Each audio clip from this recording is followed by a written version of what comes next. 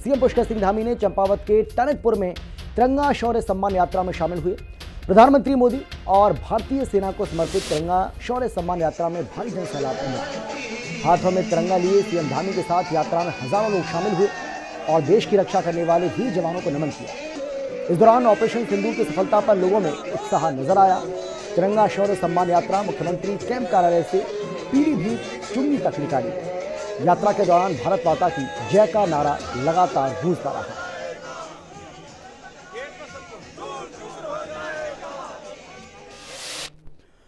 मुख्यमंत्री पुष्कर सिंह धामी चंपावत के टनकपुर में मुख्यमंत्री कैंप कार्यालय में आयोजित कार्यक्रम में पहुंचे, जहां सीएम धामी ने जिले के विकास के लिए 113.65 करोड़ रुपए की 18 परियोजनाओं का लोकार्पण और शिलान्यास किया। इस दौरान मुख्यमंत्री ने बड़ी संख्या में स्थानीय लोगों से मुलाकात कर लोगों की समस्याओं को सुना।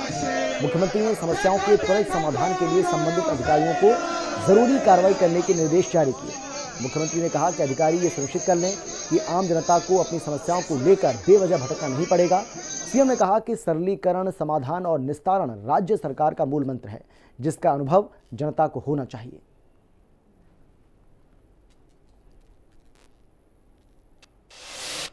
सचिवालय में सीएम धामी की अध्यक्षता में हुई प्रदेश मंत्रिमंडल की बैठक में 20 प्रस्तावों पर मुहर लगी है। कैबिनेट बैठक में मुख्यमंत्री एकल महिला स्वरोजगार योजना को मंजूरी दी गई।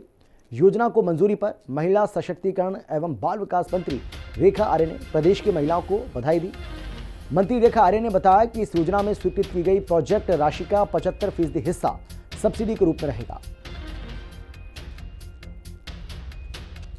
आप सबको बताते हुए बेहद खुशी हो रही है कि हमारी जो एकल महिला स्वरोजगार योजना है, आज कैबिनेट से उसका अनुमोदन हो चुका है। निश्चित रूप से एकल महिला स्वरोजगार योजना हमारी जो महिलाएं, जो निराश्रित महिलाएं हैं, जो हमारी ऐसी महिलाएं जो कि विडो हैं, ऐसी महिलाएं जो कि तलाकशुदा है, ऐसी महिलाएं जो अविवाहित है, ऐसी महिलाएं जो परित्यक्ता महिलाएं हैं, वे सभी इस एकल महिला स्वरोजगार योजना के माध्यम से कवर होंगी।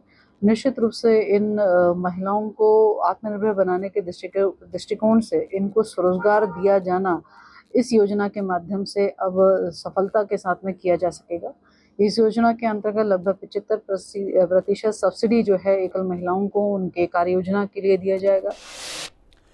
हिंदी खबर से बात करते हुए उत्तराखंड के बीजेपी के राज्यसभा सांसद नरेश बंसल ने कहा है कि जिस तरीके से चीन, तुर्की और अजरबैजान ने पाकिस्तान का समर्थन किया है, उससे लोगों में आक्रोश है। वहीं विंग कमांडर भूमिका सिंह पर सपा सांसद रामगोपाल यादव के बयान पर नरेश बंसल ने कहा कि जिस तरीके से वो बयान दे रहे हैं वो उन्हें शोभा नहीं देता है। वहीं अमेरिकी राष्ट्रपति डोनाल्ड ट्रंप के एप्पल कंपनी को लेकर दिए बयान पर बीजेपी सांसद ने कहा कि हर किसी का अपने व्यापार को लेकर फायदा और नुकसान होता ही है, लेकिन विपक्ष जिस तरीके से बात कर रहा है वो उचित नहीं है, अनुचित है। बात करेंगे उत्तराखंड से। बीजेपी के राज्यसभा सांसद नरेश बंसल हमारे साथ मौजूद हैं। सर, जिस तरीके से भारत पाकिस्तान के बीच तनाव हुआ, तो वहीं चाहे चीन हो, टर्की या फिर अजरबैजान, इन देशों का लोगों ने बायकॉट किया, क्या कहेंगे? देश की जनता ऑपरेशन सिंदूर के और देश की बहादुर सेना के साथ है। सेना के शौर्य और पराक्रम को नतमस्तक है। और जब उसने ये देखा कि ये विश्व के 2-3 देश आतंकवाद के साथ हैं, तो उसका विरोध करना स्वाभाविक है। वह देश की जनता कर रही है। लेकिन आप भी राज्यसभा हैं, सांसद हैं, और सपा से राम गोपाल यादव भी राज्यसभा सांसद हैं। जिस तरीके की बातें उन्होंने कही है सेना की महिला अधिकारियों को लेकर के, और इसी का भी उन्होंने जिक्र किया है कि उत्तर प्रदेश में जात को देख करके, धर्म को देख करके एनकाउंटर होते आए हैं। राम गोपाल जी बहुत बड़े नेता हैं, सीनियर हैं, प्रोफेसर हैं, किंतु उनकी पार्टी की मानसिकता विभाजनकारी है। जाति के नाम पर वो देश को बांटने का काम करते आए हैं। उसी मानसिकता के अंतर्गत उन्होंने ये वक्तव्य दिया है जो निंदनीय है। एप्पल के फोन को लेकर के कि जो अमेरिका के राष्ट्रपति हैं डोनाल्ड ट्रंप ने कहा कि भारत में आप उसको मत कीजिए, जिसके बाद विपक्ष की अगर बात कर ली जाए कांग्रेस की, तो इनके सांसद हैं प्रमोद तिवारी, उन्होंने कहा कि ये वही ट्रंप हैं जिन्हें प्रधानमंत्री नरेंद्र मोदी ने कोरोना में बुलाया था, उनके साथ मीटिंग की थी, और जब वो अमेरिका गए थे तो उन्होंने नारा भी लगाया था कि अगली बार ट्रंप की सरकार। देखिए, हर देश का अपनी नीति होती है। हमारी नीति भी है राष्ट्र प्रथम। ट्रंप ने मोदी जी को ये भी कहा कि he is a hard bargainer. तो चूंकि देश प्रथम रखते हैं, इस तरह से कहते हैं। अब ट्रंप ने क्या कहा ये ट्रंप जाने, किसको कहा ये वो जाने, लेकिन व्यापार में जिसको जहां लाभ होता है वो व्यापार करते हैं। अगर एप्पल को भारत में अपनी फैक्ट्री लगाने में, मैन्युफैक्चरिंग में लाभ दिखाई देगा तो वो लगाएगा। एक अंतिम सवाल, रक्षा मंत्री राजनाथ सिंह का कहना है कि ऑपरेशन सिंदूर अभी पूरी तरीके से खत्म नहीं हुआ है। अगर स्थिति जैसी हुई जिस तरीके से हुआ तो हम फिर से अपनी नीति के साथ उसका जवाब देंगे। ये पहले दिन ही प्रधानमंत्री जी ने राष्ट्र के नाम संदेश में भी कहा, बार बार सेना की ओर से कहा गया, और माननीय राजनाथ सिंह जी हमारे नेता हैं, रक्षा मंत्री हैं, उन्होंने भी कहा कि हमने सीज फायर पाकिस्तान की गुहार पर स्वीकार किया है, और ये भी कहा है कि अगर वहां से गोली चली तो यहां से गोला चलेगा। आतंकवाद के विरुद्ध हमारी कार्रवाई स्थगित नहीं हुई है, ऑपरेशन सिंदूर स्थगित नहीं हुआ है, वो बराबर जारी है। और उसके अंतर्गत चाहे वो कूटनीतिक फैसले हों, अंतर्राष्ट्रीय फैसले हों, जैसे सिंधु नदी है, पाकिस्तान के साथ व्यापार न करना है, पाकिस्तान को हवाई सेवाएं बंद करना है, पाकिस्तान की कुरियर सर्विस बंद करना है, इस प्रकार की सारी कार्रवाई यथावत जारी है। चलिए, बहुत बहुत शुक्रिया। हमने बात की हुई उत्तराखंड से बीजेपी के राज्यसभा सांसद नरेश बंसल से। वीडियो जर्नलिस्ट सत्येंद्र के साथ मैं कंचन अरोड़ा, दिल्ली, हिंदी खबर। उत्तराखंड में चारधाम यात्रा की शुरुआत के पहले 2 सप्ताह में पिछले साल की तुलना की अगर हम बात करें और उससे तुलना करें तो 31% यात्री कम आए हैं, जिसके लिए कांग्रेस ने सरकार पर ठीकरा फोड़ा है। कांग्रेस प्रदेश उपाध्यक्ष सूर्यकांत धस्माना ने कहा है कि नैनीताल में नाबालिग के साथ रेप की घटना को सांप्रदायिक रंग देने से देश और दुनिया में गलत संदेश गया, और इसीलिए पर्यटकों के साथ ही तीर्थयात्री भी चारधाम यात्रा से दूरी बनाए हुए हैं। वहीं बीजेपी ने इस बयान को लेकर कांग्रेस को आड़े हाथ लिया है।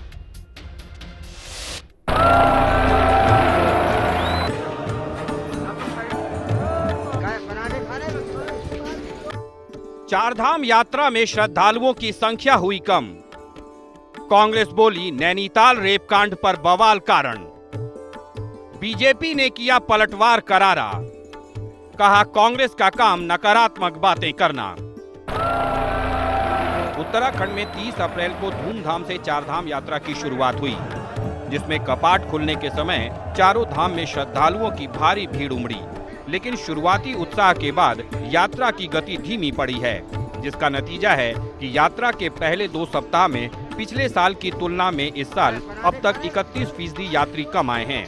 साल 2024 की यात्रा की तुलना में इस बार लगभग 3 लाख कम यात्री देवभूमि पहुंचे हैं। माना जा रहा है कि भारत पाक तनाव से बने भ्रम और आशंकाओं के कारण चारधाम यात्रा अपने चरम पर नहीं पहुंच पाई है। 2024 में यात्रा के पहले 2 सप्ताह में 9,61,302 श्रद्धालु पहुंचे, जबकि 2025 में 6,62,446 श्रद्धालु ही अब तक चारों धाम पहुंचे हैं। भारत पाक तनाव को यात्रा के फिलहाल धीमा पड़ने का कारण भले ही माना जा रहा हो, लेकिन कांग्रेस ने इसके लिए सरकार पर दूसरा ही आरोप मढ़ दिया है।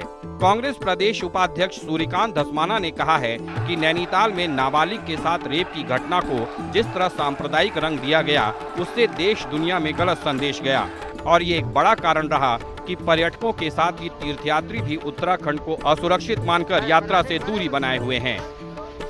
वहीं कांग्रेस के आरोप पर बीजेपी ने कड़ी प्रतिक्रिया दी है।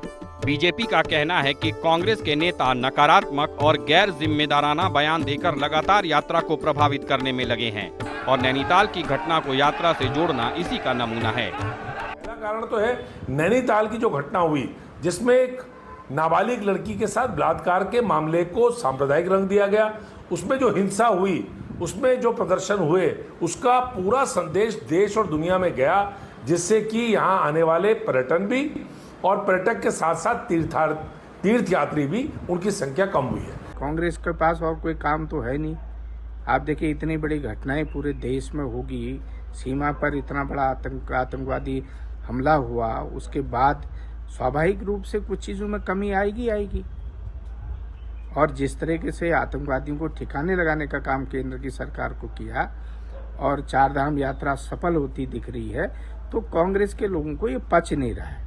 ये कांग्रेस की आदत में शुमार है, और मैं आपको बिल्कुल भरोसे के साथ कहता हूं कि चारधाम यात्रा बिल्कुल सफल रहेगी और आप देखेगा कि पिछले वर्ष के अपेक्षा जो तीर्थयात्री यहाँ पर आए थे वो भी पिछला रिकॉर्ड भी तोड़ने का काम इस वर्ष की चारधाम यात्रा करेगी। उत्तराखंड में चारधाम यात्रा तैयारी से लेकर यात्रा की शुरुआत के बाद कांग्रेस अलग अलग मुद्दे उठाकर सरकार को घेर रही है।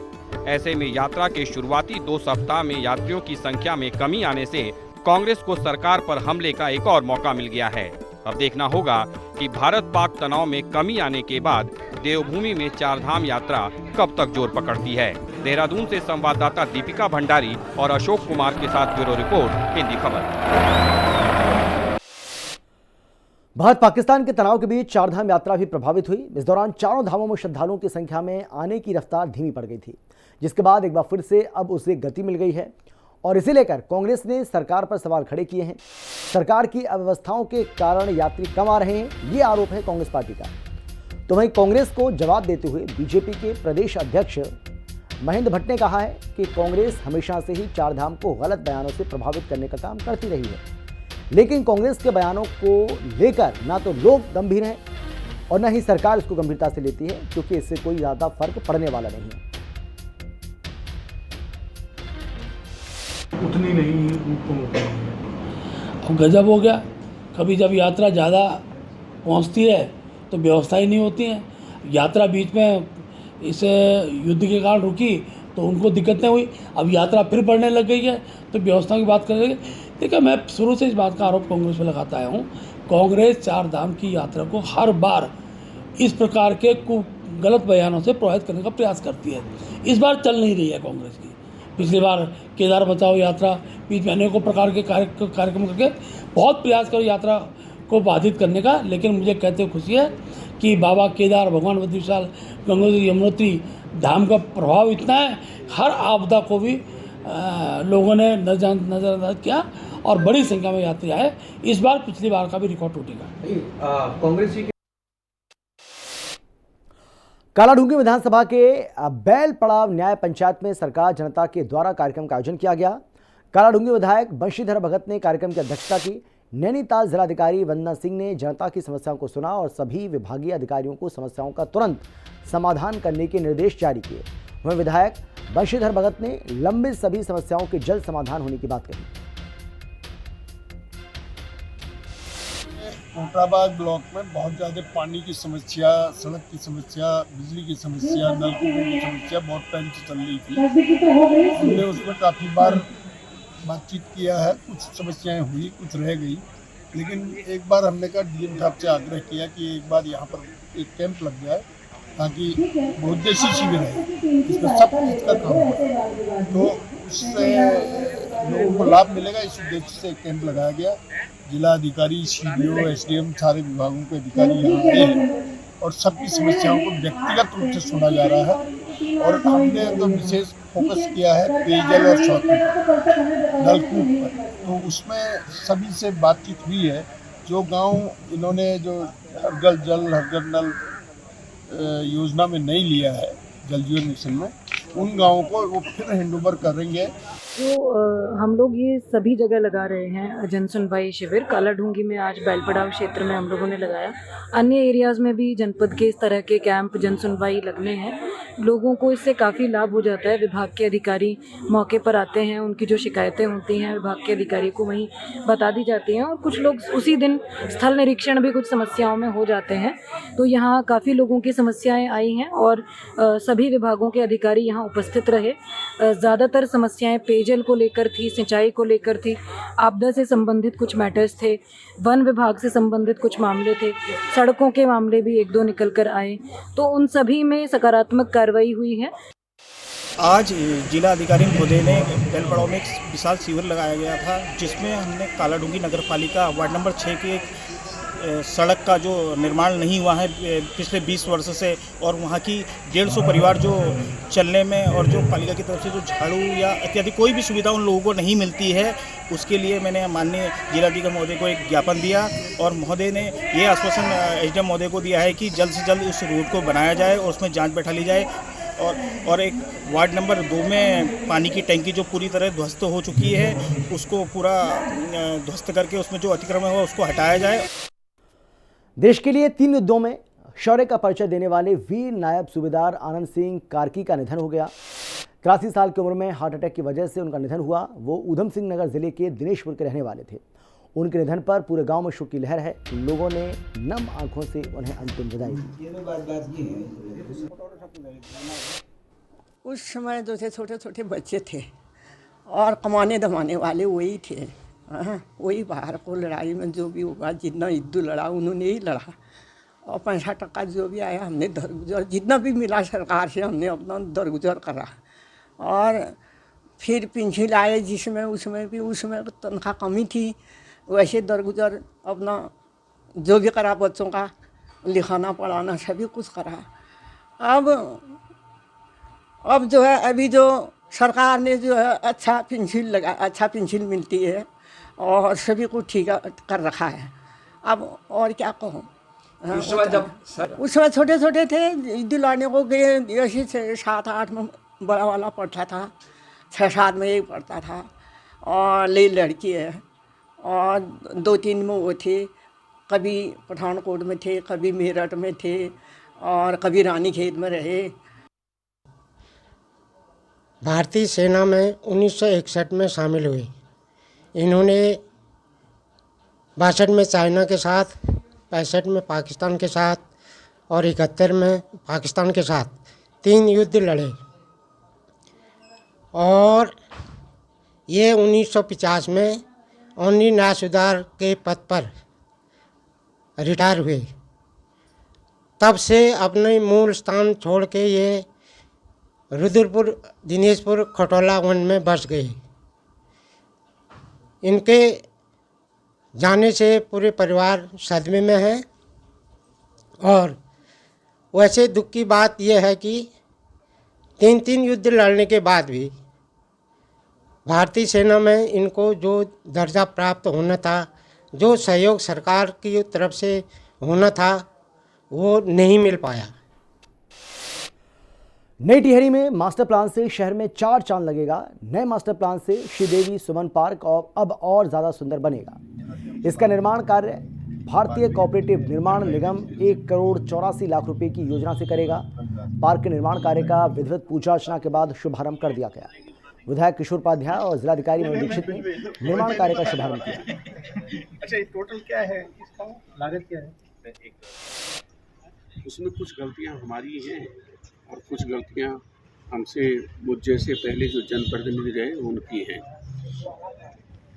यही पता नहीं है, नगर पालिका अध्यक्ष जी हमारे साथ में, ये पता ही नहीं है कि जब जगह है किसकी, ज़मीन है किसकी। जब इसको टेक ओवर किया गया उस समय ये तय नहीं किया गया, ये पता ही नहीं चला लोगों को कि शहर टेक ओवर हो गया, नगर पालिका ने ले लिया है। उस समय सारी चीज़ें जो विशेषकर हनुमतराव कमेटी की जो सिफारिशें थी उस पर चर्चा करके तब टेक ओवर करना चाहिए था। तो ये बड़ा चिंता का विषय है हम सब लोगों के लिए कि एक जो उत्तराखंड का सबसे अच्छा शहर हो सकता है, उसकी तरफ हम लोगों ने ध्यान ही नहीं दिया। सबसे बड़ी बात ये है, इसको ये बहुत पुराना हो गया था और यहाँ पर काफ़ी हमको ज़रूरत थी कि फैसिलिटीज़ और बढ़ाएं, सुंदर बनाएं।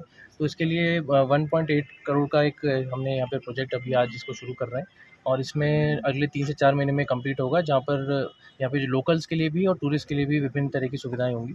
इसके अतिरिक्त यहाँ पर नई टिहरी मार्केट को सुंदर बनाने के लिए, यहाँ पे टूरिस्ट को अट्रैक्ट करने के लिए एक फसाड का प्रोजेक्ट भी हमारा DPR हमारी तैयार होगी, जिसका अगले वीक हम सभी यहाँ पे स्थानीय व्यापारियों को प्रेजेंटेशन देंगे और उसको फिर आगे शासन में भेजेंगे।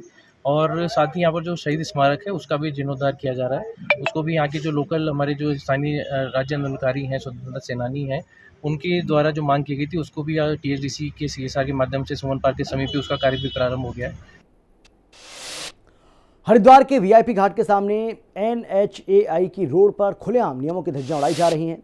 हरियाणा नंबर की एक SUV गाड़ी को बीच सड़क पर खड़ा करके फोटोशूट किया गया। ना ट्रैफिक की परवाह, ना सुरक्षा का ध्यान, सड़क को ही पर्सनल स्टूडियो बना डाला। आपको बता दें कि VIP घाट हरिद्वार का वो इलाका है जहां सख्त सुरक्षा रहती है और पार्किंग से लेकर मूवमेंट तक के नियम सख्त हैं। लेकिन तस्वीरें आप देख सकते हैं साफ तौर पर इन नियमों को कुछ लोग अपनी पहुंच और बाहरी नंबर की गाड़ियों के दम पर रोंते नजर आ रहे हैं।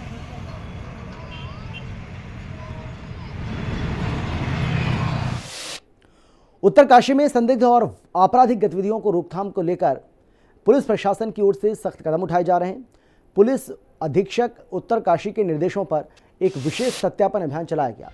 इस अभियान के तहत कोतवाली उत्तरकाशी पुलिस ने एक टीम गठित कर आधार कार्डों का सत्यापन किया। पुलिस टीम की ओर से कुल 50 व्यक्तियों के आधार कार्ड जांचे गए, जिनमें से 7 व्यक्तियों के खिलाफ पुलिस एक्ट के तहत कार्रवाई की गई।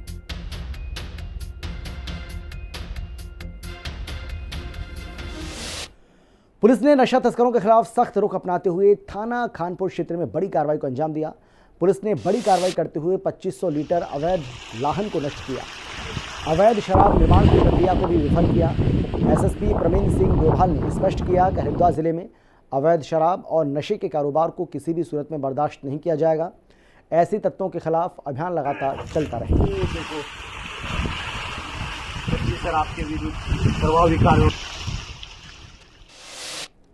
खबर है हरिद्वार से, जहां पथरी पावर हाउस के पास से शव बरामद हुआ है। आपको बता दें कि ज्वालापुर कोतवाली क्षेत्र के अंतर्गत खन्ना नगर घाट पर नहाते समय 12 मई को एक युवक की गंगा में डूबने से मौत हो गई थी।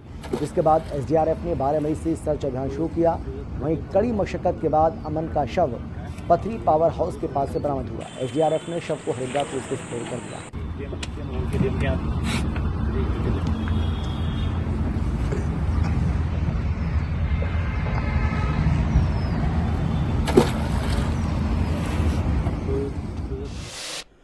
सेलाकुई के पास आसन नदी के किनारे स्थित एक कबाड़ के गोदाम में भयंकर आग लग गई। आग लगने से गोदाम का सारा सामान जलकर राख हो गया। मौके पर पहुंची दमकल विभाग की टीम ने कड़ी मशक्कत के बाद इस आग पर काबू पाया।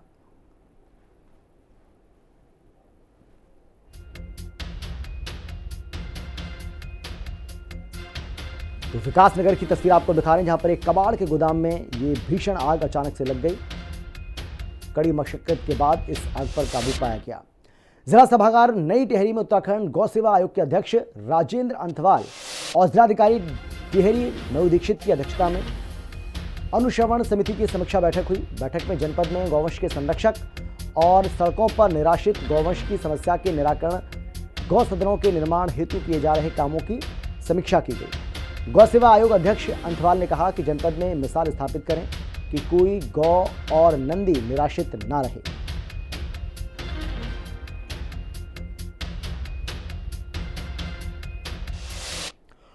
हरिद्वार में मनसा देवी टनल में एक मासूम का शव मिला, जिसके बाद पूरे इलाके में सनसनी फैल गई। परिजनों ने हत्या का आरोप लगाया। सूचना मिलते ही मौके पर पहुंची पुलिस ने फिलहाल शव को कब्जे में लेकर पोस्टमार्टम के लिए भेज दिया है।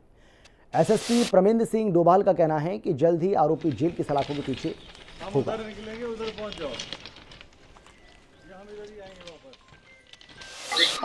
कल शाम को बम दास जो गड्ढा पार्किंग क्षेत्र में रहते थे, उनके द्वारा पुलिस को अवगत कराया गया था कि उनके पास ही रहने वाला एक व्यक्ति सूरज उनकी एक बहुत ही छोटी बच्ची को लेके घर से निकला हुआ है। उन्होंने पहले उसे खोजने का प्रयास किया, उसके बाद वो पुलिस के पास आए। पुलिस ने तत्काल अपहरण का मुकदमा कायम करके सभी जितने भी हमारे वेयरअबाउट्स थे उसमें खोजने की कोशिश करी। आज उस बच्ची की डेड बॉडी यहाँ मिली है। अभी तभी फरार चल रहा है और हम लोग कोशिश कर रहे हैं जल्दी से जल्दी उसकी अरेस्टिंग करेंगे और सख्त से सख्त सजा इसमें उसको दिलाई जाएगी। अभी उसका पीएम के लिए भेजा गया है। डॉक्टर की रिपोर्ट का अभी आने का इंतजार है, वेट है। उसके बाद जो है सही निर्णय पर हम लोग पहुंच पाएंगे। आप देखते रहिए हिंदी खबर।